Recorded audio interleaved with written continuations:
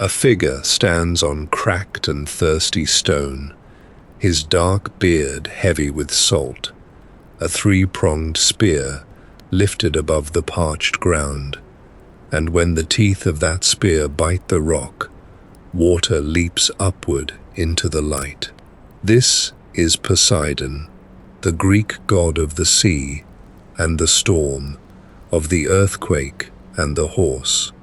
The spring he has opened runs clear and cold across the stone, finding the low places, gathering into a pool that had not existed a moment before. Around his feet, the ground itself is trembling, a low shudder passing through the hill and out into the fields beyond, for his oldest name, older than the temples and older than the poems, was Earthshaker. If these ancient stories help you rest, subscribe so the next story can find you at bedtime. Consider him there, in that first image, holding two natures at once. From the same hands that call sweet water out of stone, a tremor moves through the bones of the world. He is the freshness of the hidden spring and the weight of the deep wave. He is the quiet gift and the sudden fault line. And already, before a single further word is spoken, a question waits inside the picture, patient and unanswered. How did a lord of horses, springs, and the shaking earth come to be crowned master of the sea? That question will be our slow companion, and the answer will unfold as his life unfolds, from the darkness in which he was swallowed at his birth, through the war that armed him, to the wide and shining marriage he found at last beneath the waves. Let the trembling settle now, and let the scene grow wider than that single strike upon the rock. See him more fully, this sturdily built god with the sea in his gaze, and notice what else his hands can hold. In some old imaginings he carries not the trident, but a great boulder, and that boulder is crusted over with the small life of the deep.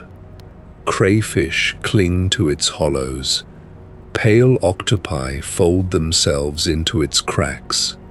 Little fish, silvered and still, are set into the stone as though the sea itself had hardened around them and been lifted up for a mortal to behold.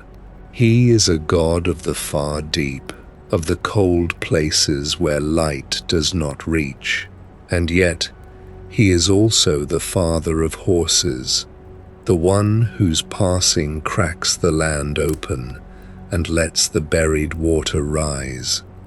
Here is the quiet puzzle that the whole long story will answer, slowly, the way a tide answers the moon.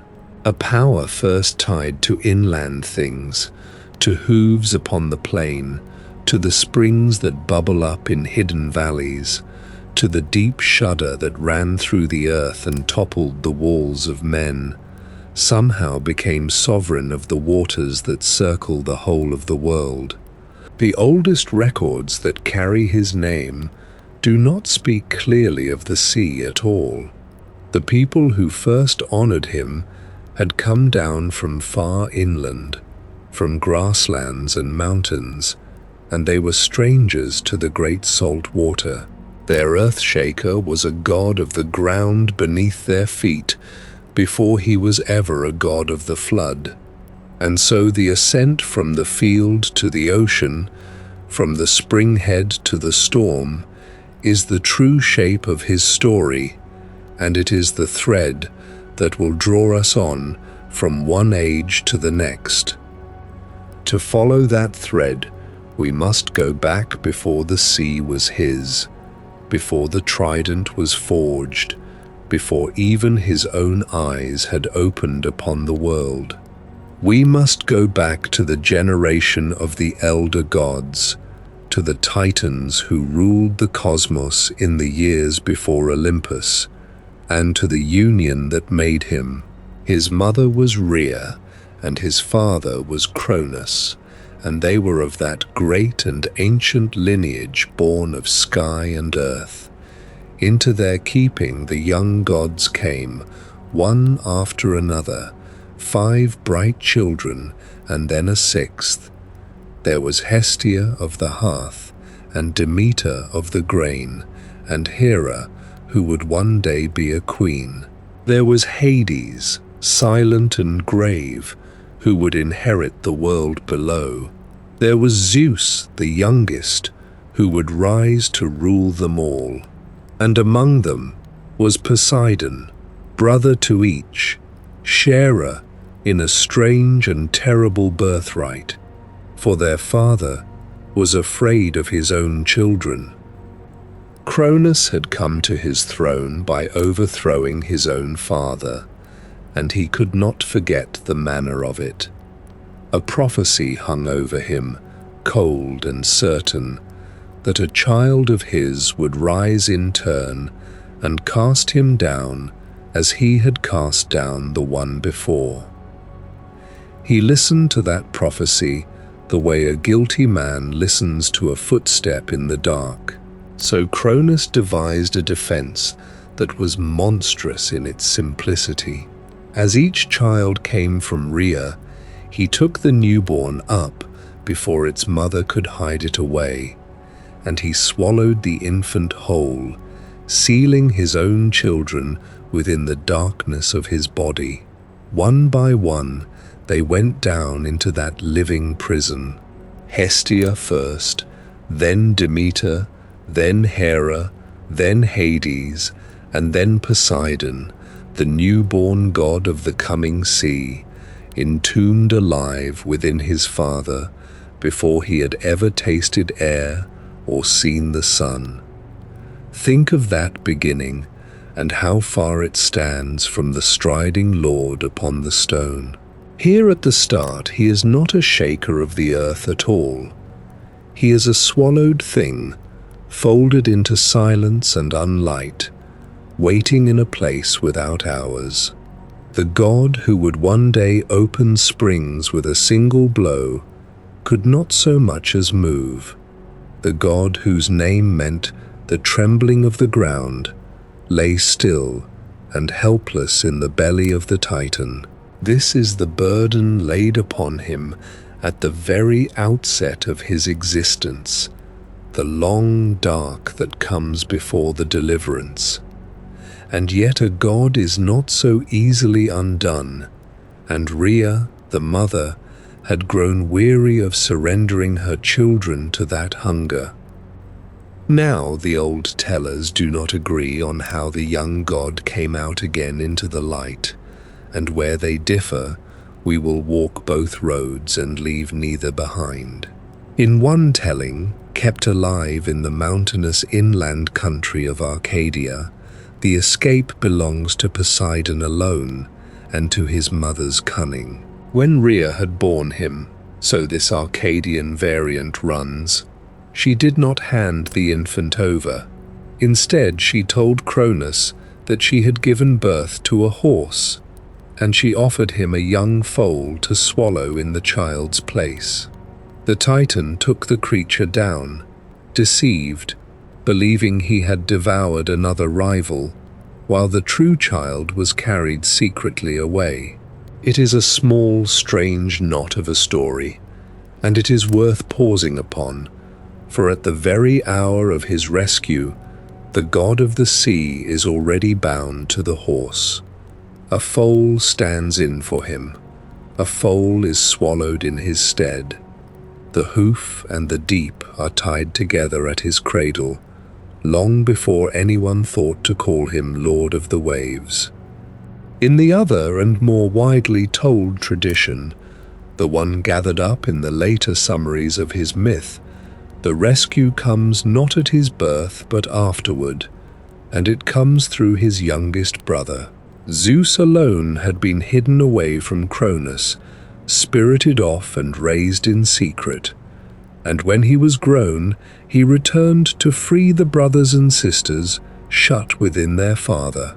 In this account, as it has come down through the collectors of these tales, Zeus enlisted the goddess Metis, whose name is wisdom itself, and Metis prepared a cunning elixir. This she gave to Cronus by craft, and the draught worked upon him against his will, so that the Titan was forced to disgorge the children he had swallowed. Up they came again into the day, no longer helpless infants but grown gods, and Poseidon among them, come forth full-statured into a world he had never seen.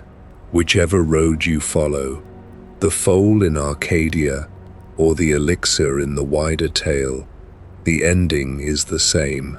The swallowed god is loosed, the long dark ends, and the one who had lain still within his father now stands free beneath the open sky, ready for the war that his freedom has made certain. For freedom was only the beginning of the reckoning. The elder gods would not yield their dominion for the asking, and so the cosmos was divided against itself, the young gods on one side and the Titans on the other, and between them opened a war that shook the foundations of all things. It was a long struggle, drawn out across ages, neither side able to break the other, the very sky and sea and mountains bending under the strain of it. And in the depths of that long stalemate, the young gods found allies who would arm them for the victory. Down in the dark places were kept the Cyclopes, the one-eyed smiths of enormous craft, imprisoned there in the old order. When they were freed, they turned their great skill to the making of weapons for the ones who had loosed them, and each weapon they forged was fitted to the god who would carry it. For Zeus they hammered out the thunderbolt, the bright and killing fire of the sky. For Hades they wrought a helm that folded its wearer into darkness, so that he could pass unseen. And for Poseidon, the Cyclopes forged the Trident, the three-pronged spear, shaped after the humble fishing gear of mortal men, yet made now of a power that could split stone and stir the deep and set the solid ground to shuddering. That weapon became his sign and his signature forever after. Every later image of him would carry it, and it is the Trident, remember, that we saw at the very start, its 3 teeth biting the dry rock and calling water up into the light. Here in the long war, it was first placed into his hands, still bright from the forge, and with it his true nature began at last to show itself. With these gifts the young gods turned the tide of the war. Zeus loosed his thunder across the heavens. Poseidon strode into the fight with the new trident, the earth answering his every step, and Hades moved among the enemy, unseen beneath his helm of shadow. Between the 3 brothers and their kin, the elder gods were at last overcome, their great strength broken, their long reign brought to its close. The Titans who had ruled the world before Olympus were cast down and bound and sent away into Tartarus, the deep prison beneath the roots of the earth, as far below the living world as the sky stands above it. There they were shut away behind gates that would not open, and the age of the elder gods was ended. The young gods stood victorious over a silent battlefield, masters now of a cosmos that had no ruler and the whole vast inheritance of sky and sea and shadow and earth lay before them, undivided and unclaimed. What three brothers do with a world that is suddenly theirs, and how the lots would fall that gave one of them the sea, was the next thing to be decided, and it would decide the shape of everything that followed. For freedom won a world, and now the world had to be shared. The three brothers stood as the undisputed lords of all that was. Yet lordship over everything is lordship over nothing in particular, and even gods must know where their power begins and where it ends. So the sons of Cronus came together to divide the cosmos between them, not by war this time, for they had war enough behind them, but by the old and patient means of the lot. They gathered the tokens, one for each brother, and they cast them, and they let blind chance apportion what strength alone might have quarreled over for another age. This is how Homer tells it, that the great inheritance fell not by conquest, but by the drawing of lots, so that no brother could say he had seized more than his share. The first lot lifted Zeus into the sky, and to him were given the bright heights, the clouds and the thunder, and the wide upper air where the winds run. The second lot went down into the dark, and it was Hades who received it, the deep and shadowed realm beneath the earth, where the dead go down and do not return, a kingdom without sun and without seasons. And the third lot fell to Poseidon, and his portion was the sea, the whole grey and restless breadth of it, the surface and the deep, the near shallows and the far waters that no ship had crossed. The three great regions were parcelled out, one to each, and each brother took up his own dominion. Yet two things were kept common, held by all three and owned by none alone. The wide earth was shared between them, the solid ground on which mortal cities would one day stand, and Mount Olympus also was shared, the high seat of the gods, where all of them might gather. So the drawing of lots answered a question that had hung over the young order since the Titans fell. It told at last who ruled what, and it gave the sea its master. But notice what the lot could give, and what it could not take away. The sea was Poseidon's by chance, a portion assigned to him on that day of division. His older powers were his by nature, and no lot had handed them to him, and no lot could strip them off. The command over horses was already his. The power to shake the ground was already his, long before the tokens were cast, before ever the sea was named as his kingdom. He had been the one who made the earth tremble, and he carried that into his new office, as a man carries the weight of his own name. So the god of the waters was never only a god of the waters. He held the sea by the fall of a lot, and he held the trembling ground by something deeper than any lot, and these two dominions lived in him together, uneasy and vast. The proof of that came when the gods were tested again, and their new order was not yet so secure as the division of the world had made it seem. For out of the earth herself there rose a second challenge, and it was greater in its way than the first. The giants came, the huge and terrible sons of the ground, and they set themselves against the young gods, and marched upon Olympus to tear the new lords from their thrones. They came in their multitude, heaping crag upon crag to climb the holy mountain, and the heavens rang with the war of gods and giants. Poseidon did not stand apart from that battle. The Lord of the Sea came up out of his waters to defend the order that the lots had drawn, and he took his place in the defense of the gods with his trident in his hand.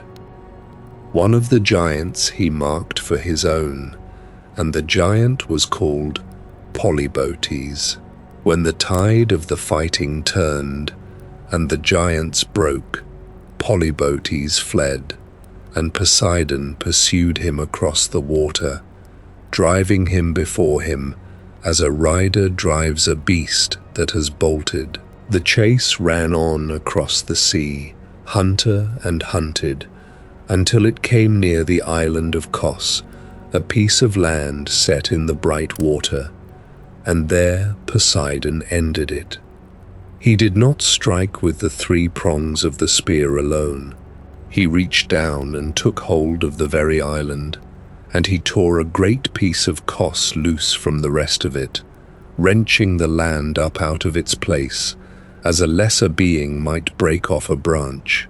That torn and massive fragment he hurled down upon the fleeing giant, and it fell and covered Polybotes and pinned him beneath its weight, and there the giant was buried and held.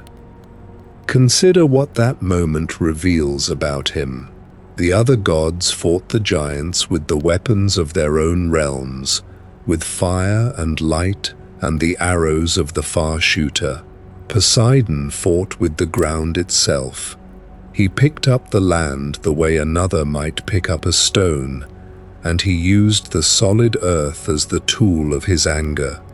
This is the earth shaker at his labor, and it shows that his oldest title was no mere ornament kept from forgotten days. He who could tear an island from its roots was the same power that had shuddered the foundations of the world in the war against the Titans. The sea was his by lot. The strength to move the very land was his by nature, and here on the water near Kos, the two came together in a single act, the Sea King wielding the earth to crush his enemy, Earthshaker still beneath the crown of the waves. To understand how deep that older nature reaches, the story must step back, far back, behind the poets of Greece and behind the temples of marble, into the age of clay and firelight, when his name was first set down. Long before Homer sang of the drawing of lots, the people of the Bronze Age wrote upon tablets of soft clay in a script that scholars now call Linear B. And among the marks they pressed into that clay is a name we can still read. They wrote him as Poseidon, and they wrote him also as Poseidawone, forms that answer to the shapes the later Greeks would smooth into Poseidon. The name is old, older than the alphabet, old as the palaces whose storerooms those tablets counted. And beside his name there stands a stranger thing. The tablets also carry a feminine form, Poseidia, a shape that seems to name a goddess, set beside the god, a consort whose worship walked with his. Who she was, we can no longer say with any certainty. She is a shadow now, a female echo of his name, preserved by chance in the clay, a lost queen who may have stood at his side in that far age and who faded from the tellings long before the classical poets took up his story. Some have thought her a forerunner of the sea queen Amphitrite, who would later share his depths. Whether that is so lies past our knowing, for the goddess of the tablets kept little more than the sound of her name. At the palace of Pylos, His name is written often, and this is a thing worth pausing over. In those Pylian records, the name of Poseidon appears more frequently than the name that answers to Zeus, so that in this one place and this one age, the Lord of the trembling ground seems to loom larger in worship than the Lord of the sky, who would later rule above all. The tablets record offerings made to sacred powers named as the two queens and the king, gifts set aside for them from the wealth the palace kept. Who the two queens were, and whether they were forerunners of goddesses the later Greeks would name, remains uncertain, one of the many quiet puzzles the clay holds without solving. The titles the old records give him tell of the powers that clung to him then. They called him Wanax, a word that means lord and king and protector, the master of a house and the guardian of a people, and it carried a darker shading too, a reach toward the powers beneath the ground. And they called him by the earth-shaker names Enosichthon and its kindred forms, the one who moves the earth, the one at whose stirring the solid ground heaves and settles. Here is the same title that would later stand behind the hurling of Kos, set down in clay ages before, proof that the shaking of the earth was bound to him from the very first records we possess. Yet the clay holds a caution as well as a name, and honesty requires that it be spoken. For all that these tablets give us his name and his titles, they do not clearly give us the sea. The people who wrote them lived by the water and sailed it and depended on it, and still there is not firm evidence that this early Poseidon was a god of the sea at all. It has even been wondered whether that shadow goddess of the tablets was a sea power or something else entirely. The Greek-speaking peoples who carried this worship had come down from far inland, from country that knew no coast, and they were strangers to the deep water when first they met it. So it may be that the sea came to him late, a dominion added by the lot in the poet's tellings, while his first and truest kingdom was the shuddering land and the creatures that ran upon it. Chief among those creatures was the horse, and here the tangle of his nature grows richest. In many of the old cities of Arcadia, that high inland country of mountains and hidden valleys, Poseidon was worshipped under the name Hippios, which is to say, the god of horses, the lord of the swift and thundering herd. The tales told that he could put on the shape of a stallion himself, laying down the form of a man and taking up the form of the beast, running as a horse runs. And the Greek tongue itself keeps a secret kinship here, for the words that name the horse and the words that name the spring of water lie close together in that language, as though the two things were somehow one thing, seen from different sides. The folklore made the kinship plain. Horses, it was believed, held a power that reached down into the dark ground, a chthonic strength that bound them to the depths, and it was said that a horse could strike a spring from the earth with the blow of its hoof, calling clear water up into the light, where before there had been only dry stone.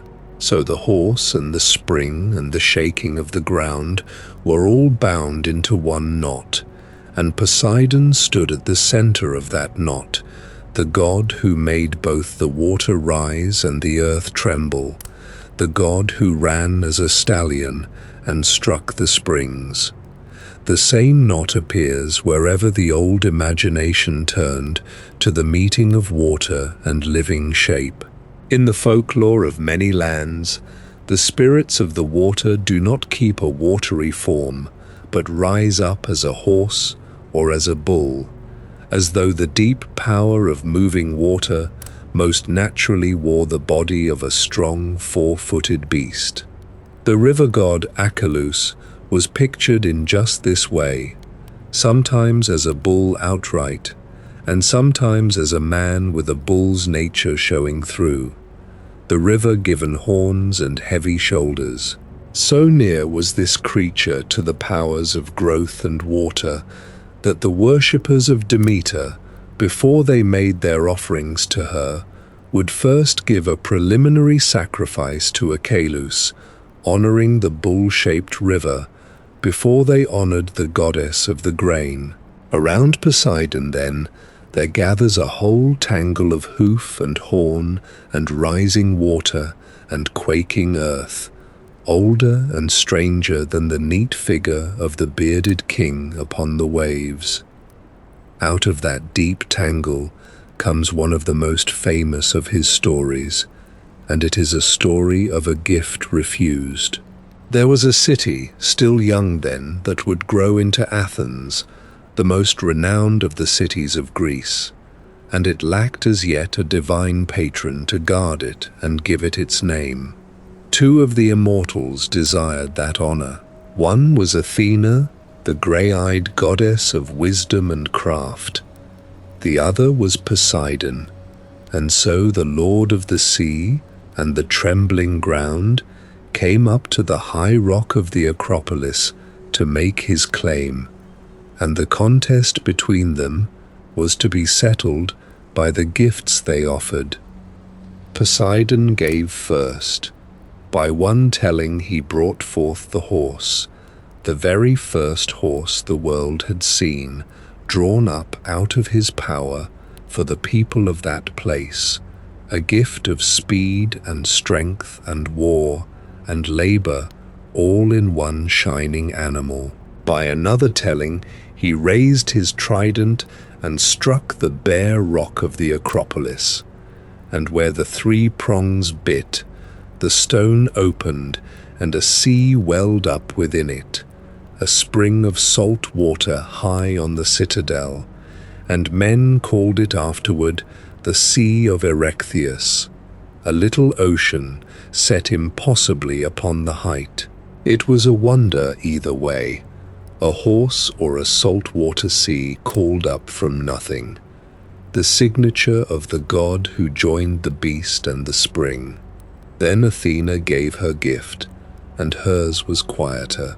She planted upon the rock a single tree, the olive, grey-leaved and slow-growing, that would give its fruit and its oil and its wood to the people for as long as the city stood. And when the two gifts were weighed, the salt sea against the olive, the horse against the tree, the choice fell to Athena. The people took the olive and the goddess of wisdom, and they gave her name to their city, and Poseidon's gift was set aside. He did not take the refusal lightly. Anger rose in the Lord of the Sea at being passed over on that high rock, and he turned his older powers against the land that had spurned him. He shut the water out of the ground and laid a drought upon the country, so that the fields of Attica cracked and thirsted under the sun. And then, the drought not being enough for his wrath, he loosed the sea he had been given, and a monstrous flood came rolling over the Attic plain, the salt water swallowing the low fields. The same god who had raised a spring on the rock, now drowning the country below it. So the two faces of him, the giver of water and the sender of the flood, showed themselves in a single quarrel. And yet, for all his anger, he did not leave that place. The city had chosen against him, but Poseidon did not withdraw his presence from the Acropolis, for his roots in that high rock ran too deep to be pulled up by a single defeat. He remained there in another form, worshipped upon the citadel through a surrogate, a figure called Erechtheus, who kept the god's power alive within the walls of the city that had refused him. So even in his loss he stayed, folded into the worship of the very people who had passed him over. The Sea King present, still upon the rock of the goddess who had beaten him, sharing the height with her through the long ages that followed. From that quarrel over Athens, the mind moves easily to another city and another grievance, for Poseidon carried his resentments the way the tide carries its silt, patiently, from one shore to the next. There was a city upon the eastern edge of the great sea, a city called Troy, and in the days before it grew famous, it needed walls. Its king in that time was Laomedon, a proud man and a careful bargainer, and it happened that Poseidon came to serve him, to labor with his hands upon the rising stone. Why an immortal should stoop to such work is told in more than one way, but the labor itself is not in doubt. The Lord of the Sea set himself to the raising of the ramparts of Troy. Picture it slowly.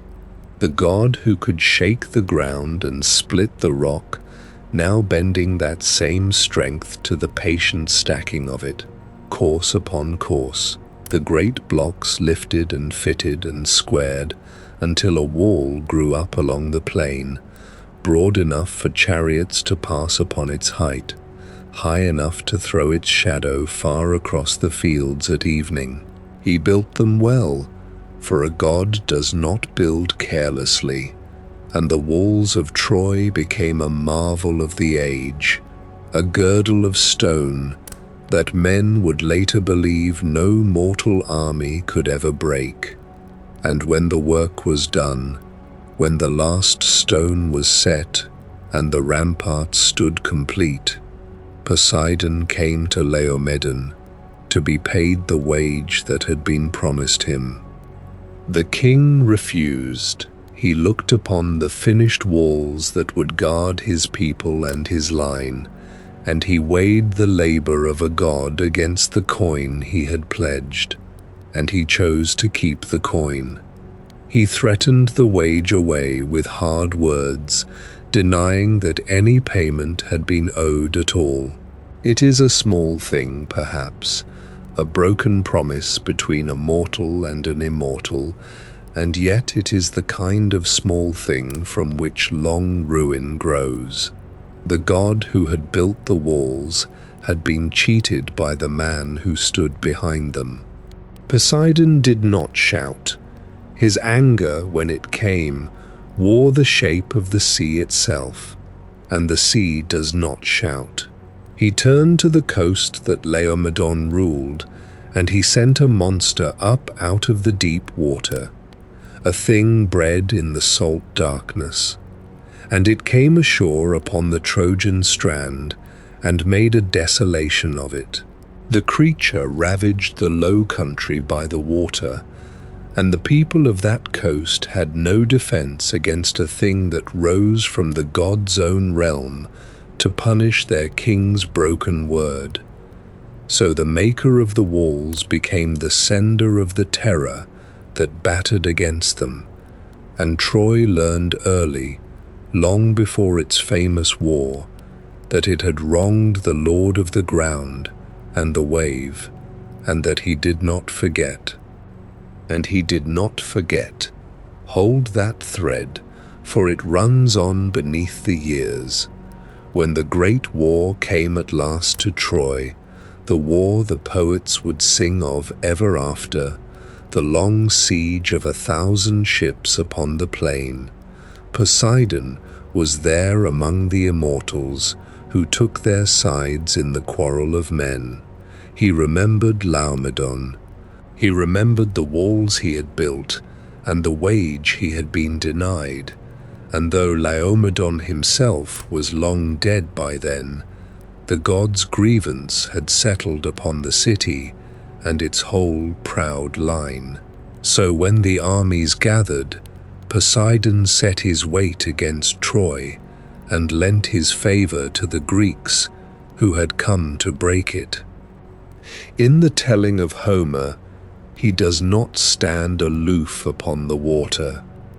He comes down onto the plain among the fighting men, moving through the ranks of the Achaeans, and where he passes the strength of mortals is quickened. He puts fresh vigor into the arms of the weary and steadies the failing courage of the line, walking unseen or half-seen among the spears, a great presence stiffening the resolve of the men who battle beneath the very walls he raised. There is a strange justice in it, the builder of the ramparts now lending his power to the army that has come to cast them down, the old debt of Laomedon paid back in the ruin of his descendants. The sea god's ancient resentment shades everything he does upon that plain, coloring his favor, guiding his strength toward the side that would see Troy fall. Yet even here, he is not without his measure. He is a god of the older kind, mindful of fate and of the boundaries set upon all things, and he moves within the great war as one who knows how it must end. His help to the Greeks is the help of a power that has waited a long time to see a wrong made right, and there is nothing hurried in it.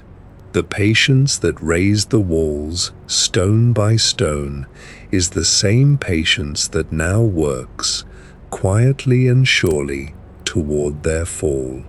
And when Troy at last was taken, when the long siege was ended, and the great walls that a god had built were thrown down into the dust of the plain, the grievance of Poseidon was answered, and the debt that Laomedon had refused to pay was collected in full.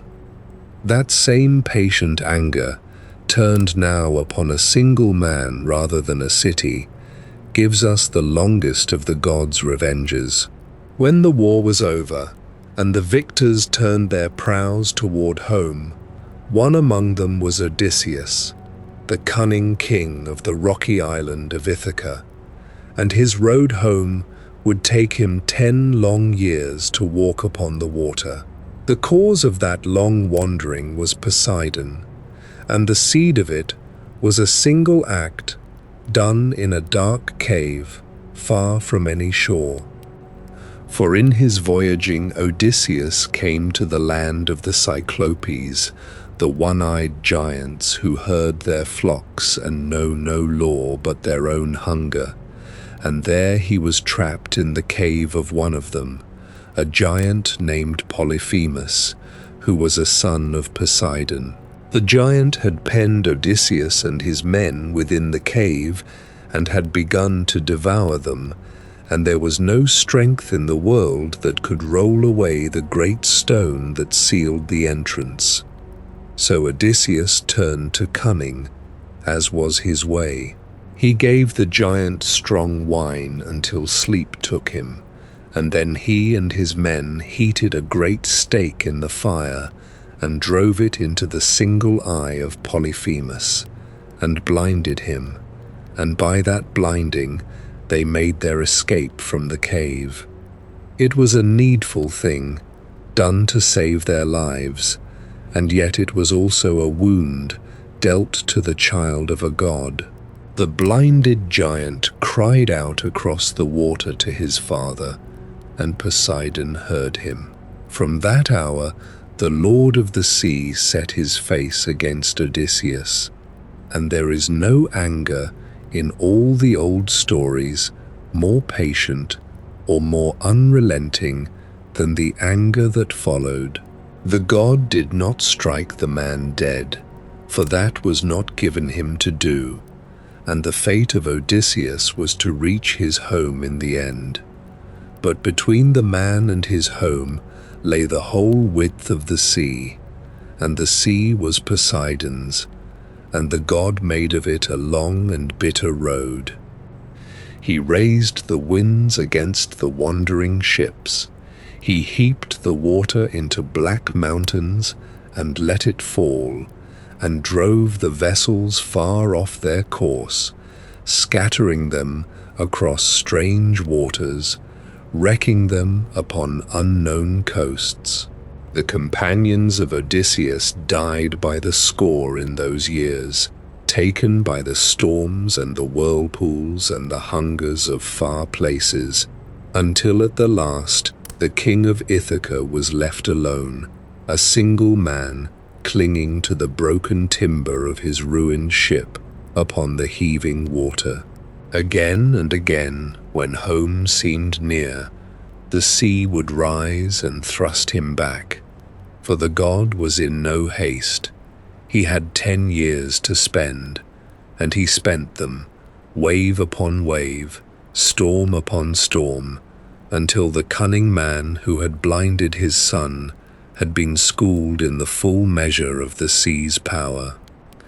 This is Poseidon at his most characteristic, not the sudden blow but the long pressure, the water that wears down the stone by the simple patience of returning to it.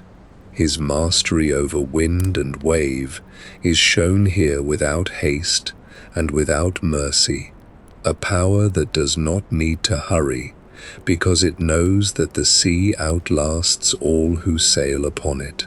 And when the 10 years were at last accomplished, and the god's anger had run its course, Odysseus came home to Ithaca, worn and alone, having paid in full for the eye of Polyphemus. The debt of the sea was collected slowly, as the sea collects all things, in its own unhurried time.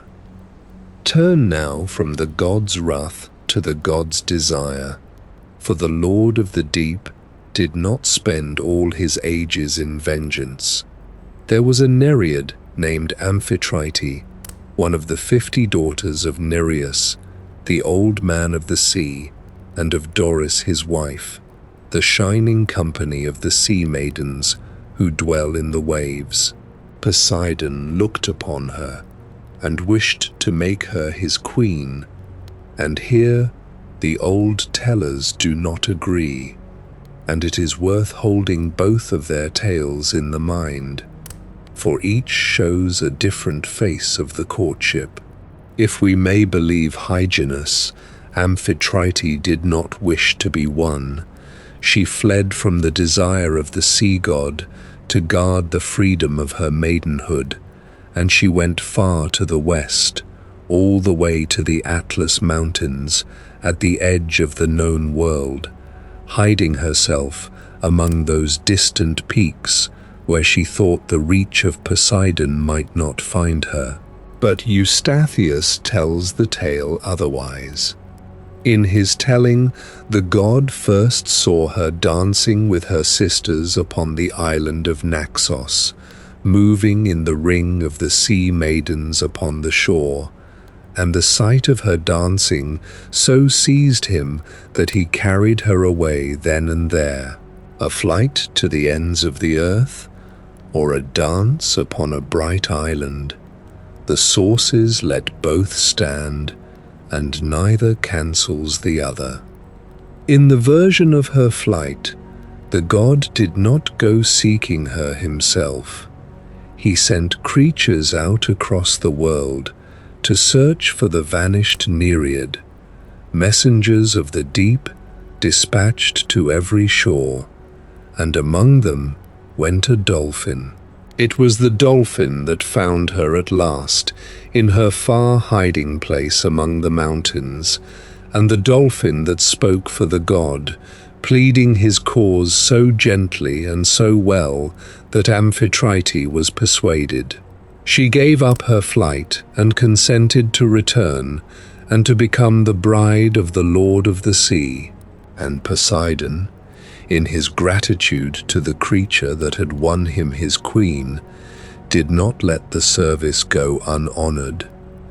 He took the shape of the dolphin and set it up among the stars, fixing it forever in the night sky as the constellation men would call Delphinus, a small bright company of stars swimming across the dark, the memory of a kindness repaid with a place in heaven. So Amphitrite came to her marriage and became the queen of Poseidon's realm, and with her the god had a household beneath the water as strange and as changeable as the element itself. Their son was Triton, a being of the deep who was a man above and a fish below, a merman who carried a twisted shell for a horn and blew upon it to raise or calm the waves at his father's bidding. By various accounts there were daughters also, a Rhodos whose parentage the tellers dispute, and one named Benthesichime, whose name itself means the deep swell of the sea, so that even in her naming she was a wave. The children of that union carried the nature of the water in their very bodies, and the queen herself was no gentle mistress of a still pool. Amphitrite was the sea made into a person, and the sea is not tame. Her brood is said to have included the seals that haul themselves onto the rocks, and the dolphins that arc through the swell.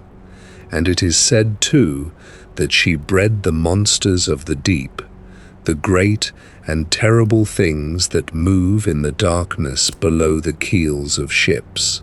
Her waves were her own, and she drove them against the rocks in their thousands, the white water bursting upon the stone, and in that crashing surf lay danger for every sailor who came too near a rocky coast.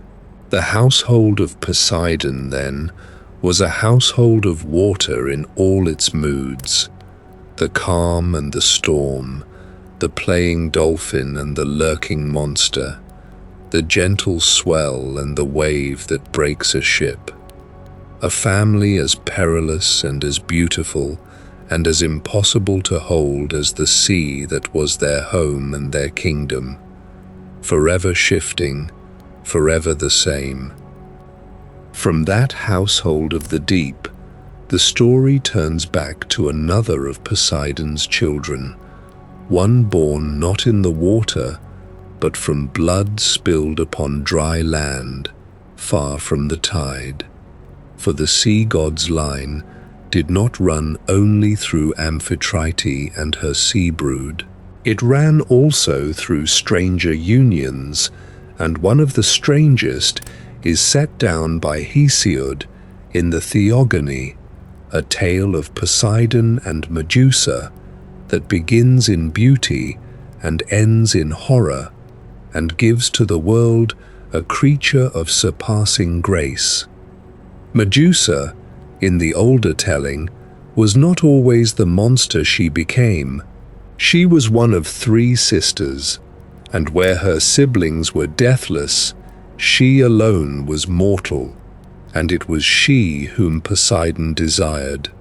The two came together, the Lord of the Sea and the maiden with the serpent fate before her, and from that union a seed was planted that would not come to light for a long age of the world. For between the joining and the birth, there fell the whole story of Medusa's undoing. Her hair turned to a nest of snakes, her gaze made into a thing that turned the living to cold stone, her lonely dwelling ringed with the standing shapes of men who had looked upon her and been fixed forever. It was to that dwelling that the hero Perseus came, guided and armed by the gods, walking backward and watching her only in the mirror of a polished shield so that her eyes could not catch his own. He struck once, and the head was severed, and in the moment of that severing, the long-hidden gift of Poseidon at last came forth. From the blood and the ruin of Medusa's body sprang the winged horse Pegasus, white and sudden and already able to fly, the offspring of the sea god leaping living from the wreck of the mortal mother.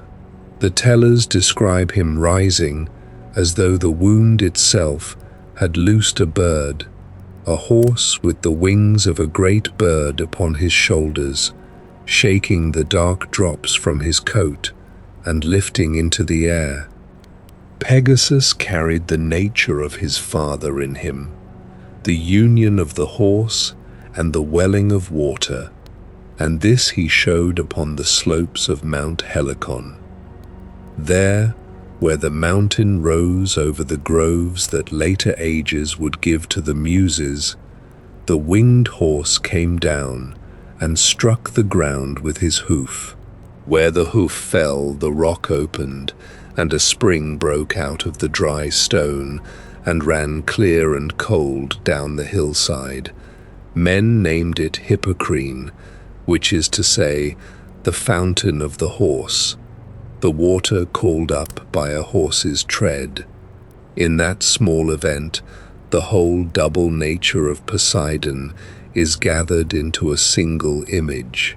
He is the father of horses and the opener of springs, and in Greek the very words for the horse and for the welling water lie close to one another, so that when the hoof of his son broke open, Hippocrene, it was the god's own signature written upon the mountain, the horse and the water bound together once more.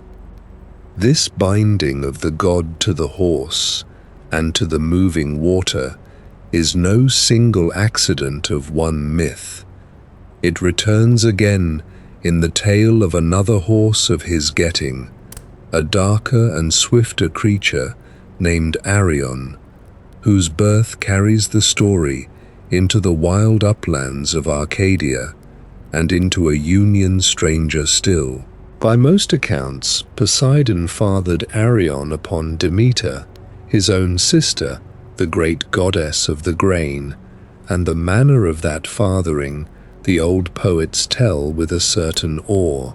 For Demeter, in her grief and her anger, had gone wandering, and in the region of Boeotia she came to the fountain called Tilphausa, and there she took upon herself the shape of a mare, and mingled with the mares of the field, thinking to hide herself among them. But Poseidon was not deceived. Seeing the goddess in her mare's form, he took upon himself the shape of a stallion, and so, horse to horse beside the fountain of Tilphusa, the two came together. A scholar writing upon the Iliad set this down, and he cited the old Cyclic poets as his authority, and he says that Demeter went to that place as Erinis, which is to say, as the Fury, the goddess, in her aspect of wrath and darkness, rather than of harvest and plenty. From that mating beside the water came Arion, the swift dark horse, born of two gods who had put on the bodies of beasts. Not all the tellers agree upon his parentage, and it is right to hold the other tales beside this one.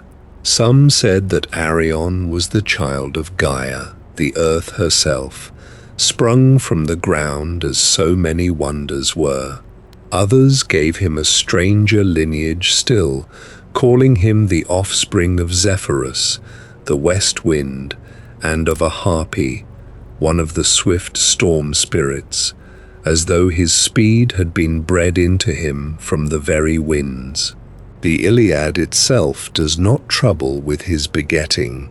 It remembers only what he could do, naming him the swift horse of Adrastus, and saying that he was of heavenly stock, a horse whose descent was divine, and whose fleetness on the plain was beyond the run of any mortal beast.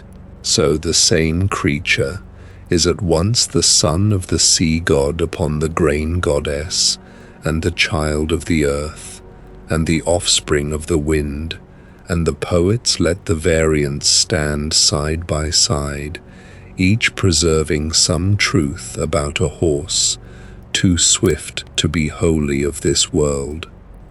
That union of Poseidon and Demeter beside the fountain was not only a story the poets told, it was a thing the people of Arcadia kept alive in their worship, in the old sanctuaries of the mountain country, where the two gods were honored together, and their joining remembered in stone and rite. The high inland valleys of Arcadia were among the most ancient holy places of the Greek world, and there the sea god, who was also the horse god, and the grain goddess, who could wear the shape of a mare, were bound in a worship far older than the tidy Olympus of the later poets. At Thelpusa, the river Ladon ran down through the land, and its waters came at last to the shrine of Demeter, under a title that carried the memory of the myth in it. There she was called Demeter Erinis, Demeter the Fury, the very name the story gave her, at the fountain of Tilphausa, the goddess, in her dark and angry aspect, who had fled in the shape of a mare and been overtaken by the god in the shape of a stallion. The river came down to her sanctuary as though the water itself were part of the rite, and the worshippers who came to that place knew that they stood where the horse and the flood and the grief of the goddess all met.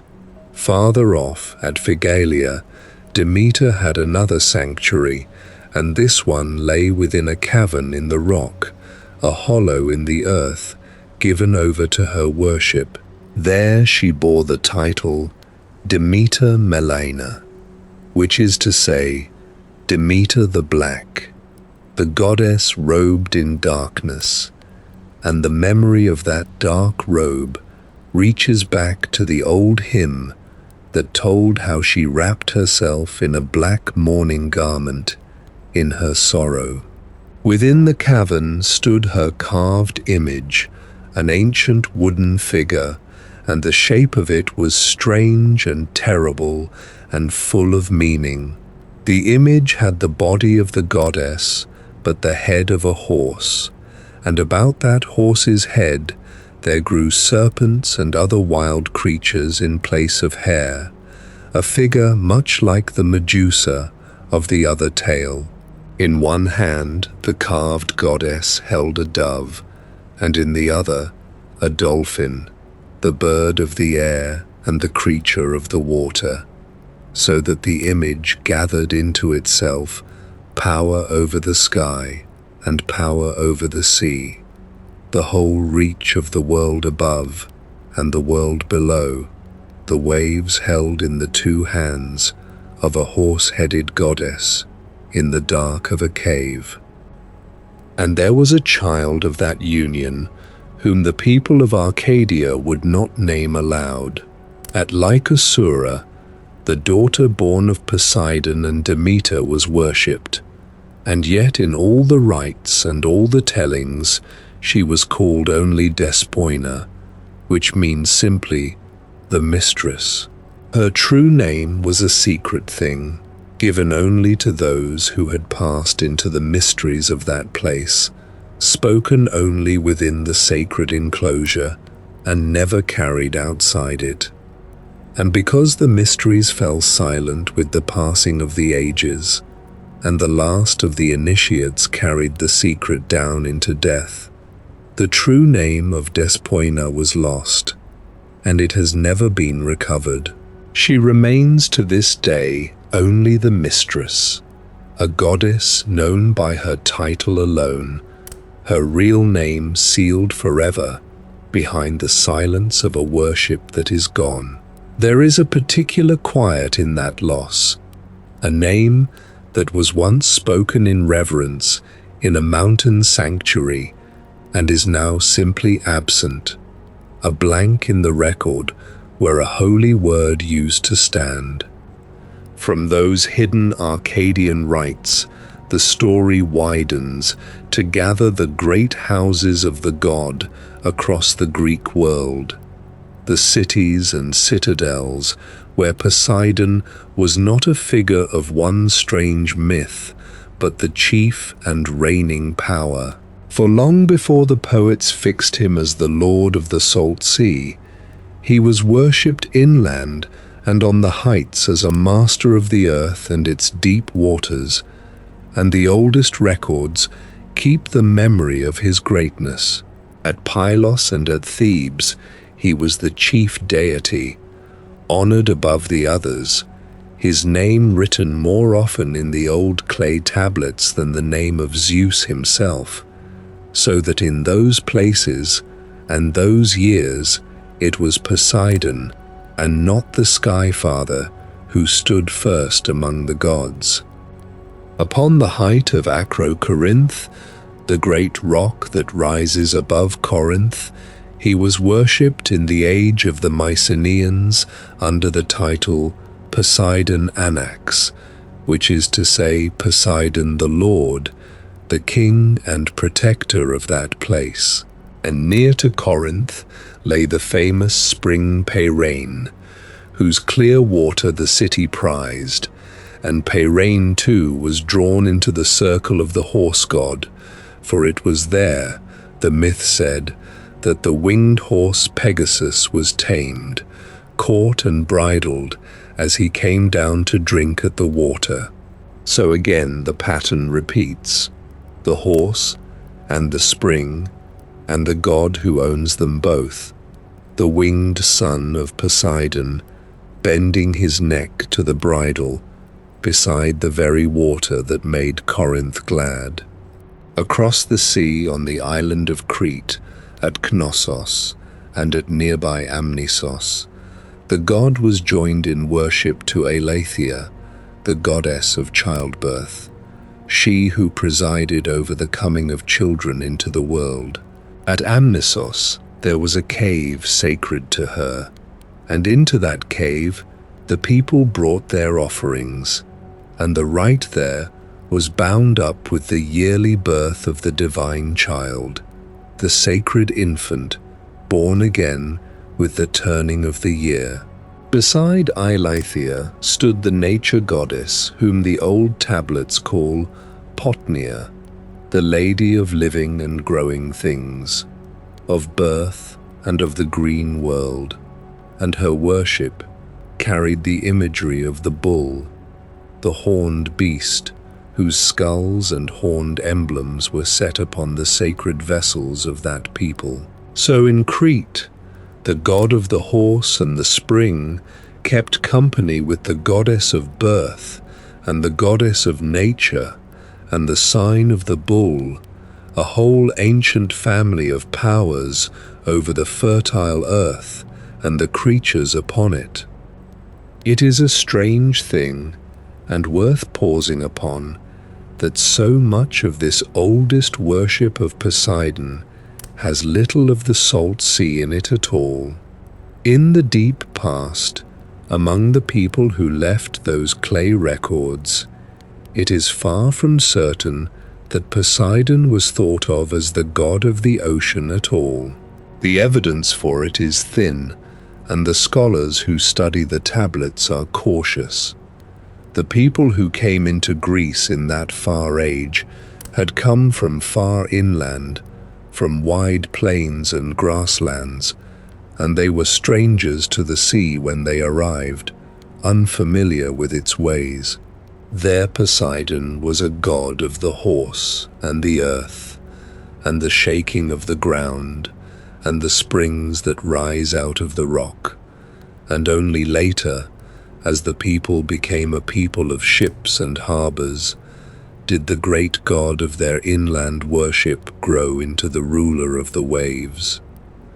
Even his lost consort, whose name survives in a feminine form of his own, cannot be certainly called a goddess of the sea. The lord of the ocean, it seems, was once the lord of the horse and the welling water of the land, and the sea came to him afterward. Perhaps it is fitting, then, that the very name of the god should be a riddle upon which the learned cannot agree, for a power so old and so many-sided does not yield its meaning easily. The scholars have long been set at odds over what the name Poseidon truly means, and the disagreement runs deep. One theory takes the name apart and reads its ending as da, an old word that some have taken to mean the earth, so that Poseidon would be the lord or the husband of the earth, the consort of the ground itself.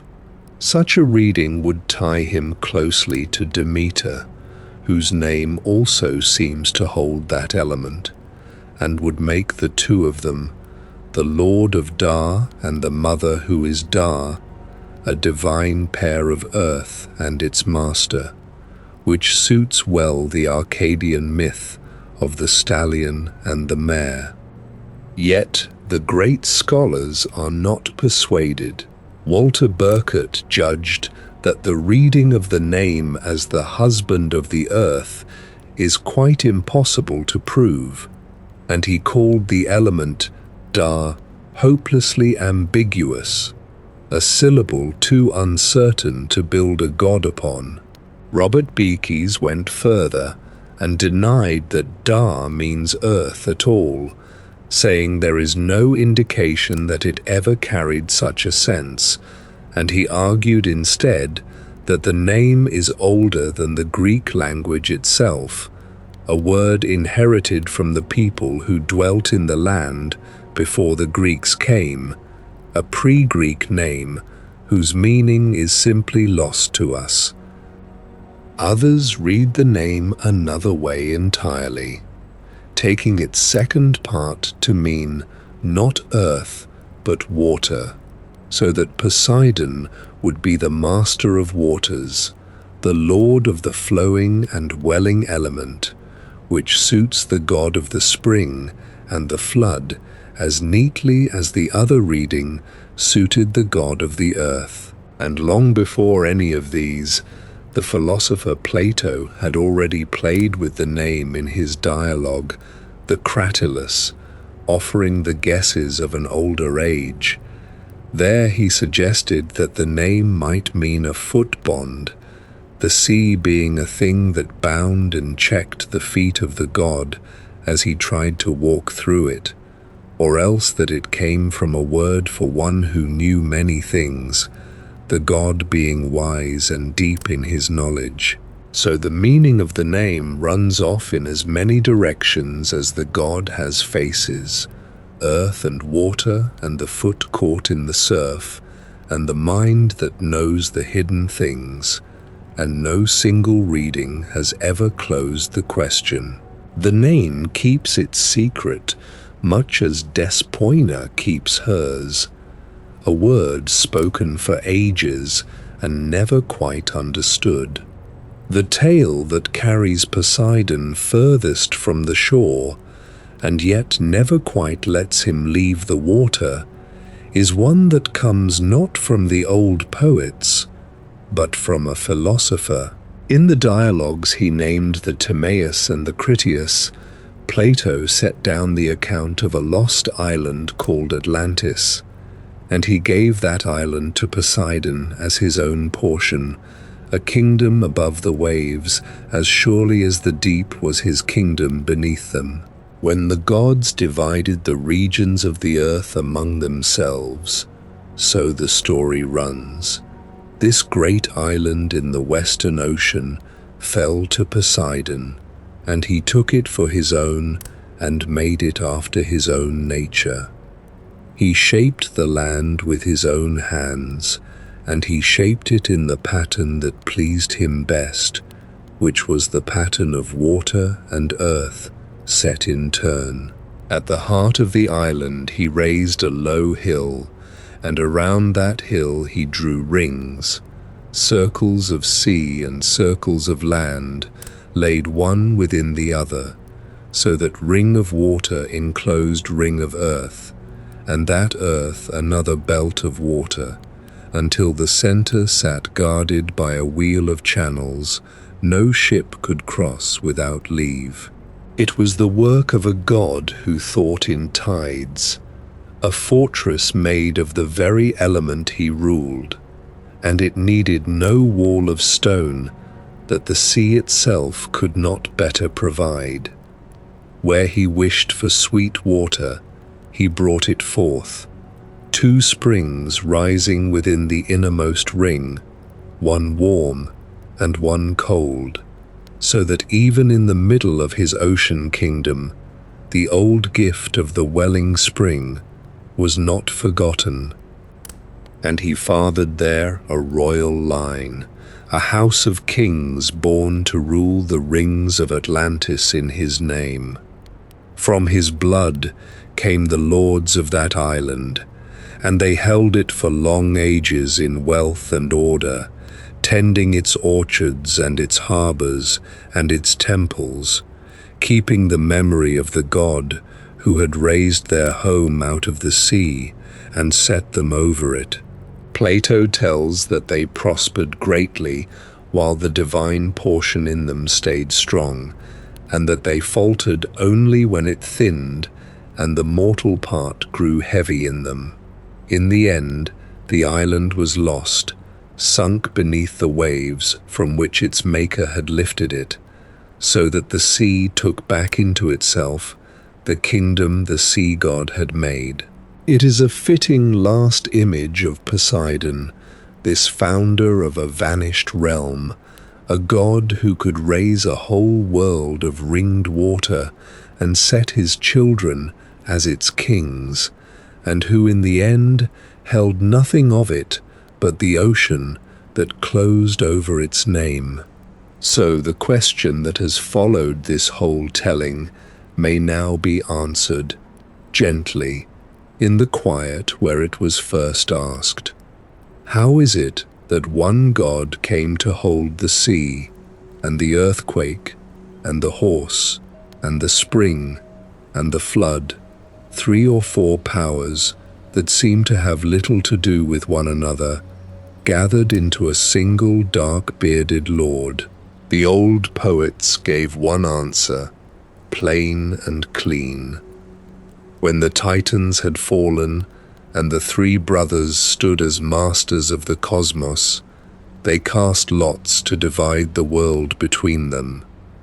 Zeus drew the wide sky, Hades drew the dim country of the dead, and to Poseidon fell the grey sea, while the earth and high Olympus were left common to all 3.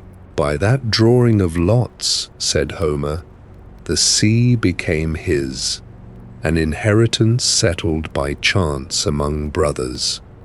Yet the deeper answer lies further back than any drawing of lots, in the far inland country where his worship began. Before he was ever the lord of the ocean, Poseidon was the earth shaker, the one whose title in the oldest records is the shaker of the ground, the god whose anger was felt not in the storm at sea, but in the trembling of the solid land. He was the stallion, worshipped in the Arcadian hills as Poseidon of the horse, taking the shape of a great dark horse among the mares. He was the striker of springs, the god who brought water welling up out of dry rock. For in the old Greek tongue, the words for the horse and the words for the spring lie close together, and the horse and the rushing water were kin in the mind of that people. The Greeks who first carried his name into the land had come from far inland, from wide plains where no salt tide reached, and they were strangers to the sea when they arrived. Their Poseidon was a god of the ground, and the horse and the cold spring, long before he was a god of the waves. And so, when you look at all his powers together, they cease to seem a strange collection and begin to seem a single thing.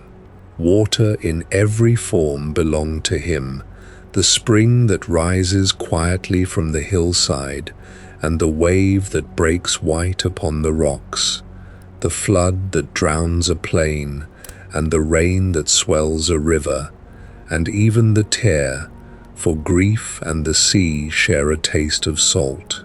His was the water beneath the earth that feeds the springs, and the water that shakes the ground when it moves in the deep, and the water without measure that surrounds the whole world.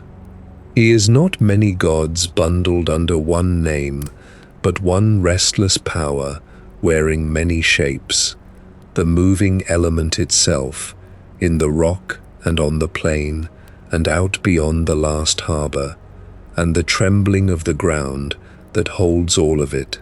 The sea came to him late, and yet it suited him, for the sea is only the water grown vast, and he was the god of the water from the first. Let the names be gathered now, once more, and set down softly in the quiet, like small tokens laid one by one at the foot of a shrine. Poseidon first, the earth shaker, son of the Titan Cronus and of Rhea, swallowed at his birth and given back to the light, lord of the horse and the spring, before ever he was lord of the sea. Beside him, his two brothers, with whom he shared the divided cosmos, Zeus, who drew the sky, and Hades, who drew the country of the dead, the three of them casting lots for the wide world their father had once ruled. Amphitrite his queen, the Nereid who fled from him toward the mountains of Atlas, and was found at last by a searching dolphin, and won, and whose great waves crash upon the rocks to this day. Triton their son, the merman, with the shape of man above and fish below, who moved through his father's kingdom as a prince of the deep. Demeter next, his sister, whom the old Arcadians remembered in her dark cavern sanctuaries, Demeter the black of Phegalia, with the horse's head and the snaky hair, holding the dove and the dolphin, the mare to his stallion in the strange hill country tale, and with her their veiled daughter, whose true name was given only to those initiated into the mysteries, and was lost when the last of them fell silent, so that she survives only under her title, Despoina, the mistress, a name that is not a name, a secret kept until the world forgot the word it was keeping. Then the horses, who belonged to him as much as any child, Pegasus, the winged one who sprang from the blood of Medusa and struck the ground with his hoof, so that the spring called Hippocrene broke open near the slopes of Helicon, the horse whose hoof made water just as the god's trident did, and Arion, the swift dark horse of heavenly stock, by most accounts the foal of Poseidon and Demeter from their meeting, in the shape of horses, a creature that ran faster than any mortal beast, because a god had fathered him. And Odysseus, last of all, the mortal man who was no god, and no horse, and no spring, yet who felt the full weight of the Sea Lord's anger, because he had blinded the Cyclops Polyphemus, the son of Poseidon. The god pursued him across the water for 10 long years, scattering his ships and drowning his companions, and holding him back from his own small island of Ithaca, until at last the debt of that anger was paid, and the wanderer came home. Each of them is set down now, the god and his brothers, his queen and his son, his sister and their veiled child, his horses and the man he hunted, laid softly in the dark and left to rest. The stories are told, and the water grows still. It is time to let the great sea god go, back into the deep where he keeps his palace, and to draw the quiet in around yourself. Imagine the wide, dark sea of Poseidon far behind you, its restless swell no longer pressing on your thoughts. In your mind, reach back and close an invisible door to the realm of the waters, feeling it move on silent hinges, sealing the tides and tremors in calm and order. Then see a single candle, its flame steady in the darkness. With a slow, gentle breath, blow that candle out and let the last curl of light fade into the night. Rest well, sleep deeply, and let the ancient stories carry you into the night.